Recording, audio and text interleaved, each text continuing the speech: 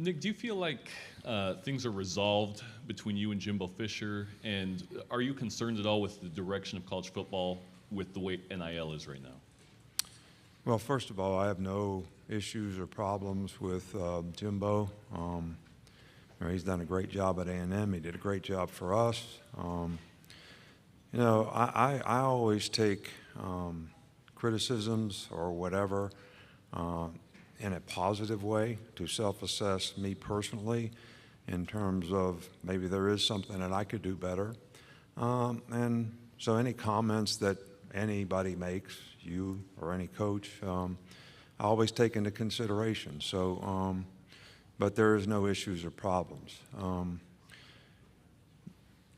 I've spoke on this subject of, name, image, and likeness is a great thing for players, and I'm all for players having the opportunity to create whatever value they can create for themselves. And our players did extremely well last year. I think they made over $3 million in name, image, and likeness.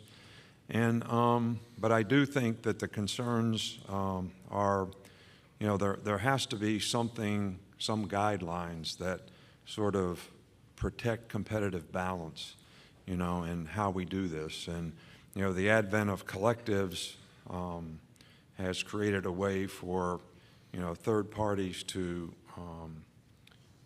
make contributions to marketing organizations who can create opportunities for players, which I think is a good thing. I don't think it's a bad thing at all. Creates opportunities for players. That's a good thing.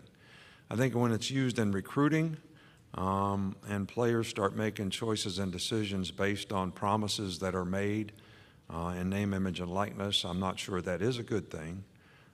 So I do think there needs to be some guidelines, in that. And I think there needs to be transparency in, how all that's done.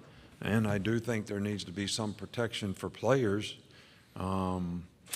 when it comes to people who represent them and third parties who are involved, people who get between, the money and the player, because those people have a responsibility and obligation to professionally represent the players in a first-class way. And right now we have no guidelines for any of these things, and I think that's a bit of a concern.